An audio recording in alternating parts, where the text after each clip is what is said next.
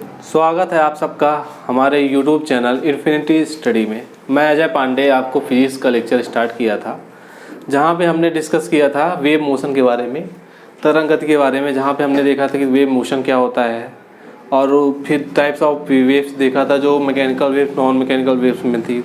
फिर उसमें हमने देखा था लॉन्गिट्यूडनल वे अनुदैर्ध्य तरंगे, अनुप्रस्थ ट्रांसवर्स वेव्स। तो लास्ट लेक्चर में हमने अनुप्रस्थ मतलब अनुदैर्ध्य तरंगे के बारे में थोड़ा सा डिस्कस नहीं कर पाया था, किया था बट अच्छे से नहीं था, इसलिए हम उसको आज पूरा करेंगे। फिर हम पढ़ेंगे नॉन मैकेनिकल वेव्स में इलेक्ट्रोमैग्नेटिक वेव्स। आइए स्टार्ट करते हैं। देखिए लॉन्गिट्यूडनल वेव्स क्या होती हैं। जो वेव्स ये वेव्स होती हैं तीनों मीडियम में होती हैं। ये ठोस, द्रव और गैस, ये तीनों अवस्थाओं में गमन करती हैं, मतलब चलती हैं तीनों अवस्थाओं में। जो अपना ट्रांसफर वेव्स हमने पढ़ा था वो सिर्फ सॉलिड में गमन करती हैं। और ये जो चलती हैं ये हमेशा चलती हैं संपीड़न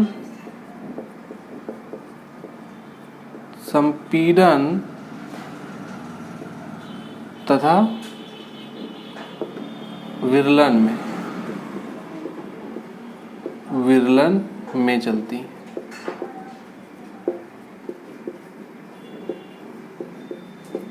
ठीक है, तो देखिए संपीड़न इंग्लिश में इसको बोलेंगे कंप्रेशन। इसको इंग्लिश में बोलेंगे हम कंप्रेशन।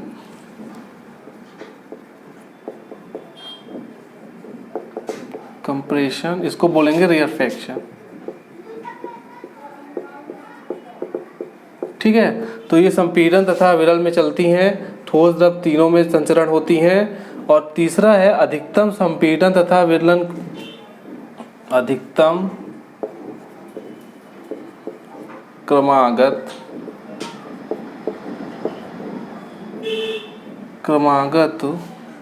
संपीड़न तथा विरलनों के बीच की जो दूरी होती है कि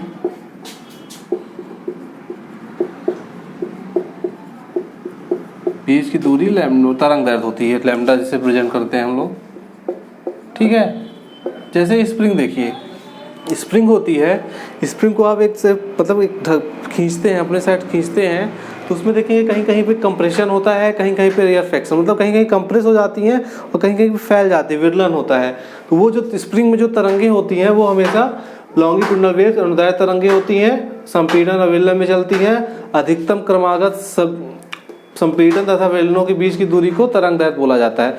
उसमें देखा था तो दो क्रमागत श्रृंगों तथा गर्तों के बीच की दूरी को तरंग दैर्ध्य बोलते हैं। जब हमने ट्रांसफर वेव्स पढ़ा था, इसमें क्या होगा, दो अधिकतम लिखेंगे हम यहाँ पे,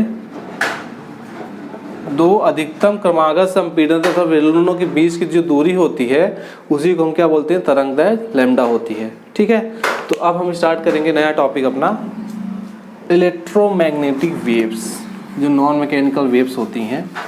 तो आइए देखिए,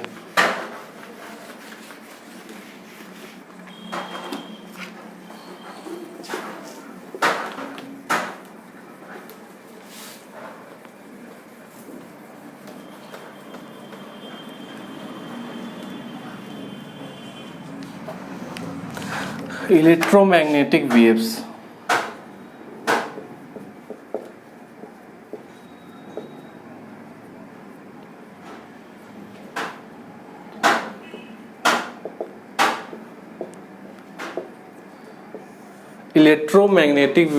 स्पेशल ये होती है नॉन मैकेनिकल वेव्स, जिसको हम हिंदी में बोलेंगे विद्युत चुंबकीय तरंगे। हिंदी में बोलेंगे विद्युत चुंबकीय तरंगे। ठीक है, देखिए इलेक्ट्रोमैग्नेटिक वेव्स ये वो वेव्स होती हैं जिनको संचरण के लिए मीडियम की रिक्वायरमेंट नहीं होती है। पहला, मीडियम की रिक्वायरमेंट नहीं होती है, हमेशा ये रेडिएशन द्वारा चलती हैं, ज़्यादातर। और मीडियम कह सकता हूँ। इसमें बहुत हाई फ्रिक्वेंसी होती है जिसके कारण इनमें बहुत अधिक ऊर्जा होती है। एग्जांपल हम पढ़ेंगे जैसे गामा रेस पढ़ेंगे, यूवी रेस पढ़ेंगे, एक्स रेस पढ़ेंगे और इंफ्रारेड पढ़ेंगे, इंफ्रारेड रेस पढ़ेंगे। ये चीज़ें हम इतनी चीज़ें इसमें डिस्कस कर। विद्युत चुम्बकीय तरंग क्या होती है? देखिए, विद्युत चुम्बकीय तरंग को संचरण के लिए जो देखा जाता है तो इसमें दो मैग्नेटिक फील्ड और इलेक्ट्रिक फील्ड, वैद्युत क्षेत्र तथा चुंबकीय क्षेत्र दोनों उपस्थित होता है। इसमें जो पहला विद्युत क्षेत्र और चुंबकीय क्षेत्र,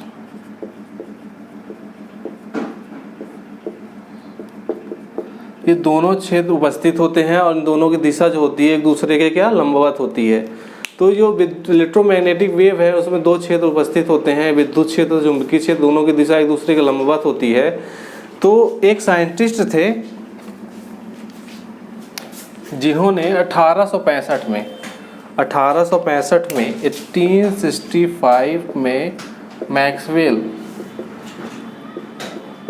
मैक्सवेल नामक साइंटिस्ट ने एक प्रयोग किया। तो उन्होंने देखा कि किसी भी विद्युत परिक्षेत्र में विद्युत धारा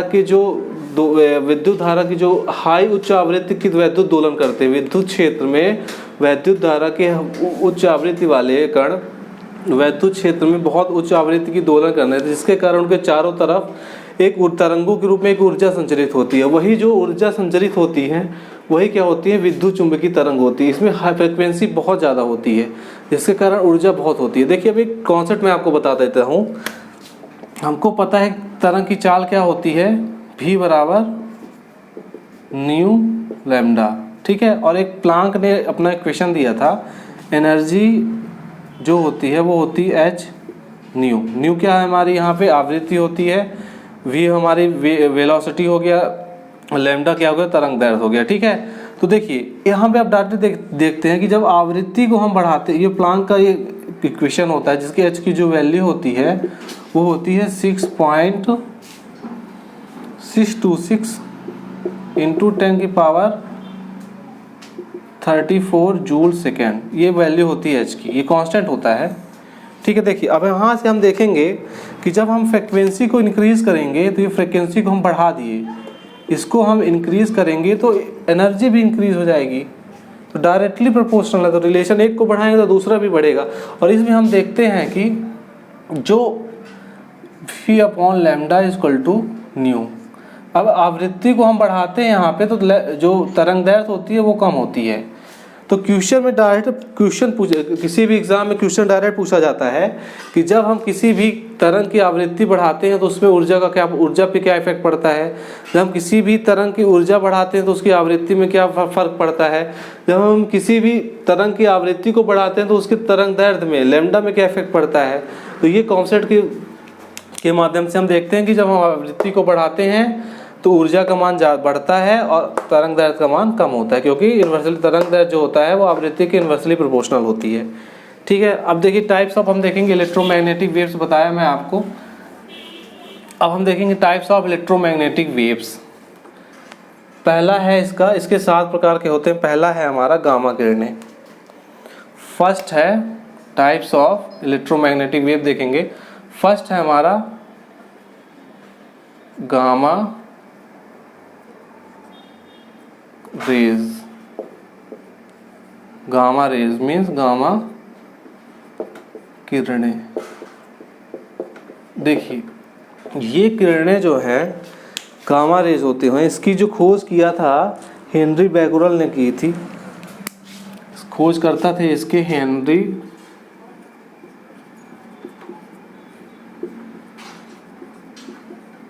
बैकुरल खोज किया था। इसकी जो तरंग दैर्घ्य परिसर देखा जाए, मतलब वेवलेंथ रेंज जो है, तरंग दैर्घ्य परिसर मीन्स वेवलेंथ रेंज है। इसको हम अब ऐसा लिखेंगे लैम्डा रेंज, ठीक है। वेवलेंथ रेंज हो गया। जो इसकी वेवलेंथ रेंज होती है वो होती है 10 की पावर मीटर, 10 की पावर -14 मीटर से 10 की पावर -10 मीटर तक, ठीक है। जो इसकी आवृत्ति परिसर होती है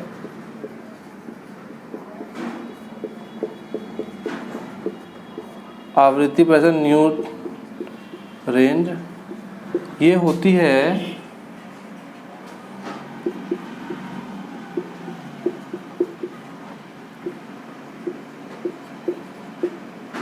देखिए आवृत्ति परिसर जो है मतलब कि न्यू रेंज जो होती है 10 की पावर 20 से 10 की पावर 18। देखिए आवृत्ति का जो रेंज है कितना ज़्यादा है, हम जानते हैं कि आवृत्ति ज़्यादा रहेगी तो एनर्जी ज़्यादा रहेगी। इसमें इसकी वेधन क्षमता बहुत ज़्यादा होती है। इसकी वेधन क्षमता इतनी ज़्यादा होती है कि आप 30 सेंटीमीटर को एक प्लेट, जो एक लोहे की प्लेट चादर को रखेंगे तो उसको बेध कर चली जाती है। ये हमेशा विद्युत ये हमेशा जो नाभिकीय रेडियो एक्टिव परमाणुओं के विघटन से, रेडियो एक्टिव जो परमाणु हैं उनके विघटन से उत्पन्न की, उनको मतलब नष्ट करके उत्पन्न की जाती है और आवृत्ति के कारण बहुत अधिक ऊर्जा होती है, जिसके कारण ये 30 सेंटीमीटर लोहे की चादर को बेध कर निकल जाती है। ये मानव स्वास्थ्य के लिए बहुत हानिकारक होती है। एग्जाम में डायरेक्ट क्वेश्चन पूछा जाता है कि इलेक्ट्रो विद्युत चुंबकीय तरंगों में से किसकी वेधन क्षमता सबसे ज़्यादा होती है, तो गामा रेज की जो गामा किरणें होती हैं इनकी वेधन क्षमता बहुत ज़्यादा होती है। वेधन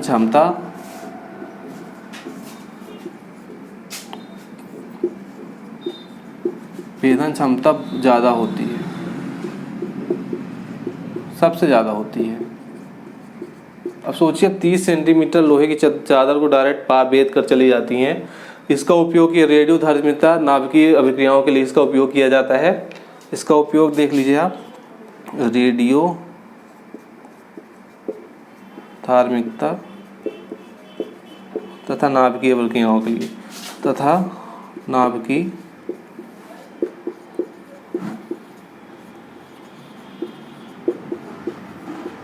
अभिक्रिया के लिए किया जाता है। देखिए हमने गामा रेज देखा, इसकी सबसे इक्वेशन रिलेटेड, इससे इंपॉर्टेंट चीज़ बता दूं मैं आपको, इससे इंपॉर्टेंट पूछा जाएगा कि इसकी खोज रेलवे एग्जाम में डायरेक्ट पूछा जाता है कि गामा रेज के किरण खोजकर्ता कौन थे, हेनरी बैकुरल थे। इसकी वेधन क्षमता सबसे ज़्यादा होती है और इसका उपयोग रेडियोधर्मिता तथा नाभिकीय अभिक्रियाओं के लिए किया जाता है। अब नेक्स्ट हम देखेंगे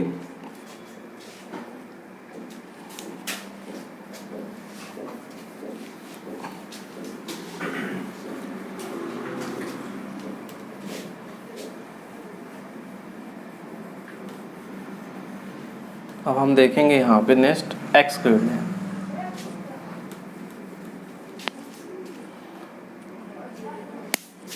एक्स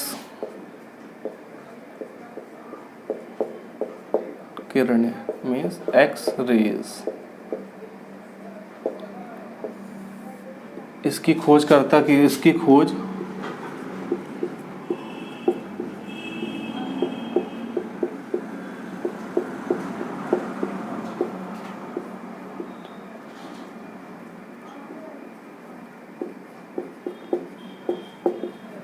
देखिए एक्स किरणें हैं, इसकी खोज रोजन ने की थी, इसलिए इसको रोजन किरणें भी कहा जाता है। इसकी जो तरंगदैर्घ्य परिसर होती है लैम्डा रेंज होती है और इसकी जो आवृत्ति परिसर होती है, इसको हम थोड़ा डिस्कस कर ले, फिर हम बताते हैं आपको इस किरण के बारे में। इसकी जो तरंगदैर्घ्य परिसर होती है वो होती है 10 की पावर -10 मीटर से 10 की पावर -8 मीटर तक, और जो इसकी आवृत्ति परिसर होती है वो होती है मीटर तक। देखिए कब हम देखते हैं कि जब हमारे हृदय में कोई प्रॉब्लम होती है या हमारे कहीं से हम गिर जाते हैं तो हमारी हड्डी में कोई प्रॉब्लम आती है तो डॉक्टर हमको प्रेफर करता है कि आप जाके एक्सरे कराइए। तो एक्सरे क्या है, एक्सरे यही किरणें होती हैं जो हमारे शरीर स्वास्थ्य संबंधी सेवाओं के लिए यूज़ की जाती है, जो हमारे बॉडी की जांच, हड्डी में कहाँ प्रॉब्लम है, कहाँ टूटी हड्डी जांच करने के लिए उपयोग किया जाता है, और हृदय के रोगों को पता लगाने के लिए किया जाता है। औद्योगिक में मतलब इंडस्ट्रियल में भी इसका यूज़ किया जाता है। इसकी जो वेधन क्षमता होती है वो गामा किरणों से कम होती है। इसकी वेधन क्षमता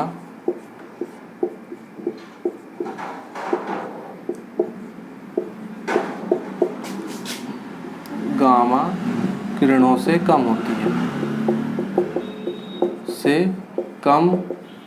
होती है और ये भी मानव स्वास्थ्य के लिए हानिकारक होती हैं। इसकी खोज रोंजन ने की थी। अब देखिए क्वेश्चन डायरेक्ट पूछा जाता है, एक्स किरणों की खोज किसने की थी? रोंजन ने की थी। इसकी वेधन क्षमता गामा किरणों से कम होती है और इसका उपयोग किया जाता है औद्योगिक में तथा चिकित्सक क्षेत्रों में। इसका उपयोग औद्योगिक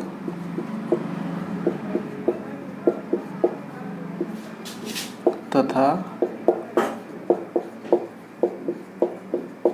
चिकित्सक क्षेत्रों में किया जाता है। ठीक है, इसका उपयोग औद्योगिक चिकित्सक क्षेत्रों में हृदय के रोगों को पता लगाने में, हड्डियों के रोगों को पता लगाने में इसका उपयोग किया जाता है।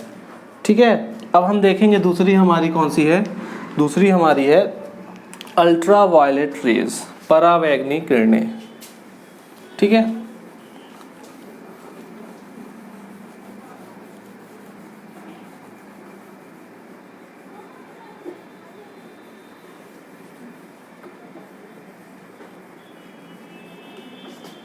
हम देखेंगे अल्ट्रा वायलेट परावैंगनी किरणें।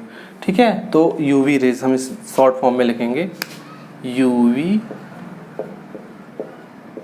रेज मीन्स परावैंगनी किरणें, परावैंगनी किरणें। ठीक है, अब अल्ट्रा वायलेट रेज के बारे में हम देखेंगे। इसकी जो खोजकर्ता थे, इसके खोजकर्ता थे रिटर नामक वैज्ञानिक। इसके खोजकर्ता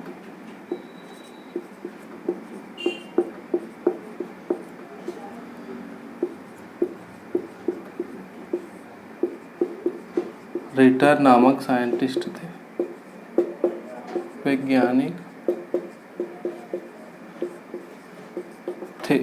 देखिए यूवी रेज जो अल्ट्रा वायलेट परावैंगनी किरणें, हम जानते हैं कि हमारे ओजोन परत को ये किरणें पार करके पृथ्वी पर आती है, जिसके कारण पृथ्वी का टेम्परेचर बहुत ज़्यादा बढ़ रहा है। ग्लोबल वार्मिंग इफेक्ट आप जब हमारे जो पॉलिटी के टीचर हैं वो आपको पढ़ाएंगे एनवायरमेंटल से रिलेटेड, उसके बारे में आपको बताएंगे। तो वही किरणें अल्ट्रा वायलेट रेज होती हैं। इसकी वेधन क्षमता जो होती है एक्स किरणों से कम होती है। एक्स किरण देखिए सबसे ज़्यादा पहले गामा रेज की होती है, फिर एक्स किरणों की होती है, फिर अल्ट्रा वायलेट रेज की होती है। इसकी जो तरंगदैर्घ्य परिसर हम देखेंगे, इसका तरंगदैर्घ्य रेंज जो होता है वो होता है 10⁻⁸ से 10⁻⁷ मीटर तक। और इसका जो आवृत्ति परिसर होता है, मतलब कि न्यू रेंज जो होता है वो होता है 10⁻16 से 10⁴ तक। देखिए तो इसकी आवृत्ति देखिए एक्स किरणों से कम होती है, इसलिए एनर्जी जो वेधन क्षमता जो होती है एक्स किरणों से कम होती है। इसका जो उपयोग देखा जाता है, इसका उपयोग किया जाता है सिकाई करने में। पहला इसका उपयोग किया जाता है, देखिए इसका उपयोग किया जाता है पहला सिकाई करने में, सिकाई करने में। दूसरा किया जाता है बैक्टीरिया को नष्ट करने में, बैक्टीरिया को नष्ट करने में। देखिए सिकाई करने में, देखिए कहीं आप जाते हैं जब घुटने में दर्द होता है, पीठ में दर्द होता है, तो थेरेपी कराई जाती है। थेरेपी में जो रेज यूज़ की जाती हैं, जो किरणें यूज़ किया है वो सिकाई करने में, हमेशा इन्हीं का आवृत्ति जो हमारे इलेक्ट्रोमैग्नेटिक वेव होती हैं, अल्ट्रा वायलेट वेव होती हैं, परावैंगनिक किरणें होती हैं, उनका उपयोग किया जाता है। बैक्टीरिया को नष्ट करने में इनका उपयोग किया जाता है। तथा फिंगरप्रिंट के लिए इसी का यूज़ किया जाता है। फिंगरप्रिंट मतलब फिंगरप्रिंट अंगुली के निशानों का पता लगाने के लिए, जासूसी करने में, अंगुली के निशानों का पता लगाने में,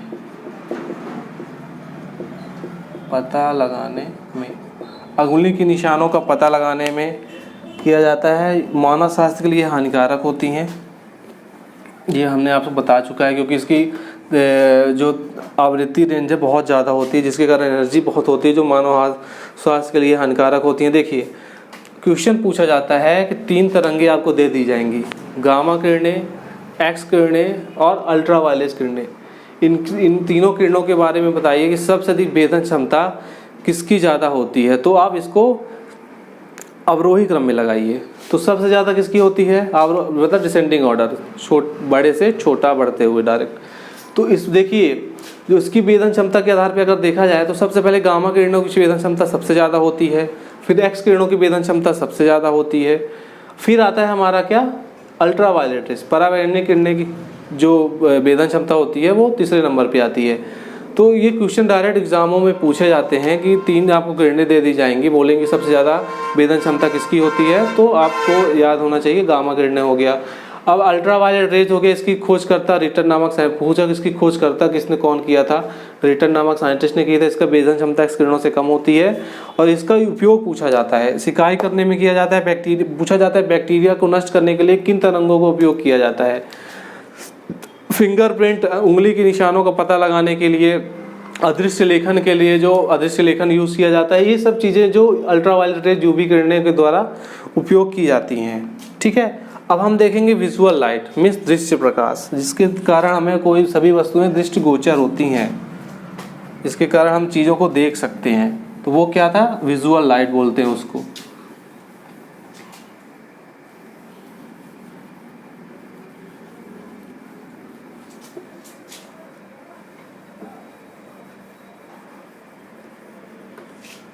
देखिए अब है नेक्स्ट, चौथा नंबर है, 3 चीज़ें हमने पढ़े। चौथा है दृश्य प्रकाश means visual light, visual light. ठीक है, दृश्य प्रकाश, दृश्य प्रकाश इसकी जो खोज किया था, इसकी खोज करता थे न्यूटन नामक साइंटिस्ट, जो न्यूटन थे उन्होंने खोजा था विजुअल लाइट को।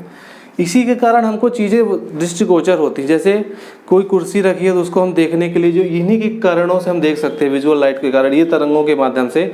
लैंप हो गया, प्रदीप ल्यूमिनस बॉडी हो गई, जैसे लैंप हो गया, मोमबत्ती हो गई और रोड लाइट हो गई, बल्ब हो गया, इन चीज़ों को देखने के लिए इन्हीं के कारण, इन्हीं के द्वारा उत्पन्न की जाती है, मीन्स दिस विजुअल लाइट होती है, जिसके कारण हमें चीज़ें दिखाई देती हैं। हम जब टॉपिक डिस्कस करेंगे प्रकाश के बारे में, ऑप्टिक्स लाइट और तथा ऑप्टिक्स प्रकाश की जो ब्रांच होती है लाइट की, तो उस चीज़ों के बारे में हम इसी चीज़ विजुअल लाइट के बारे में पूरी खोज के बारे में पढ़ेंगे कि क्या प्रकाश का परावर्तन क्या होता है, प्रकाश का अपवर्तन क्या होता है, ध्रुवण क्या होता है, पूर्ण आंतरिक परावर्तन क्या होता है, बहुत सारी हम सब व्यतिकरण क्या होता है, विवर्तन क्या होता है, ये चीज़ें हम पूरी डिस्कस करेंगे जब हम ऑप्टिक्स आपको टॉपिक स्टार्ट करेंगे। इसकी जो लैम्डा रेंज होती है, इसका जो तरंगदैर्घ्य परिसर होता है वो होता है 3.9 इंटू 10⁻⁻7 से 7.8 टू 10⁻⁻7 मीटर तक। इसकी तरंगदैर्घ्य परिसर एग्जाम्पल में क्वेश्चन में पूछी जाती है कि इसकी तरंगदैर्घ्य परिसर कितनी होती है, तो हमेशा आप याद रखिएगा 3.9 इंटू 10⁻⁻10 से 7.8। अगर एंगस्ट्रॉन में देखा जाए तो 4000 एंगस्ट्रॉन से 7800 एंगस्ट्रॉन तक होती है। ठीक है, एंगस्ट्रॉन होता है, ये मात्रक होता है दूरी का। तो 4000 एंगस्ट्रॉन से 7800 एंगस्ट्रॉन तक होती है। ये हो गया हमारा मीटर में। 3.9 इंटू 10⁻⁻7 से 7.8 इंटू 10⁻⁻7 मीटर तक। इसकी जो रेंज होती है, आवृत्ति रेंज होती है, वो होती है, इसकी जो आवृत्ति रेंज होती है वो होती है 10⁻14 टू 10⁻12 मीटर तक। ठीक है, इसकी जो रेंज होती है 10⁻14 से 10⁻12 मीटर तक। इसका उपयोग मैंने बताया कि वस्तुएं दृष्टिगोचर, जिसके कारण किसी वस्तु को हम देखते हैं तो विजुअल लाइट के कारण ही देखते हैं। अब हम नेक्स्ट डिस्कस करेंगे इंफ्रारेड, अवरक्त किरणें क्या होती हैं। ठीक है, तो आइए देखते हैं इंफ्रारेड। इसकी खोजकर्ता जो इंफ्रारेड के थे, इनकी खोजकर्ता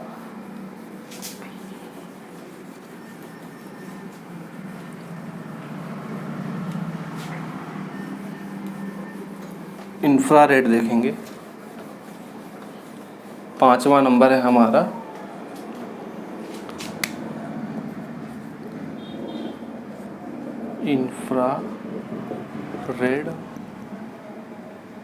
इंफ्रारेड मीन्स अवरक्त किरणें।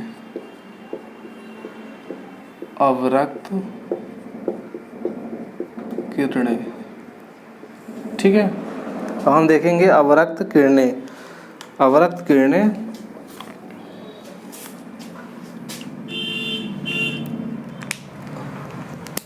इसकी खोज हर्सेल नामक साइंटिस्ट ने की थी। इसकी खोज हर्सेल नामक वैज्ञानिक ने की थी।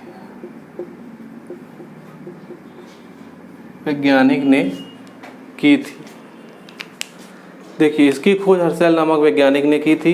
ये जिस वस्तु पर पड़ती है उसका टेम्परेचर बढ़ा देती है। हम नेक्स्ट लेक्चर में इस चीज़ के बारे में डिस्कस करेंगे, जहाँ अभी हमने डिस्कस किया 3-4 चीज़ों के बारे में, गामा किरणें, एक्स किरणें, ultraviolet rays and visual light. तो अब नेक्स्ट लेक्चर में हम इंफ्रारेड के बारे में डिस्कस करेंगे।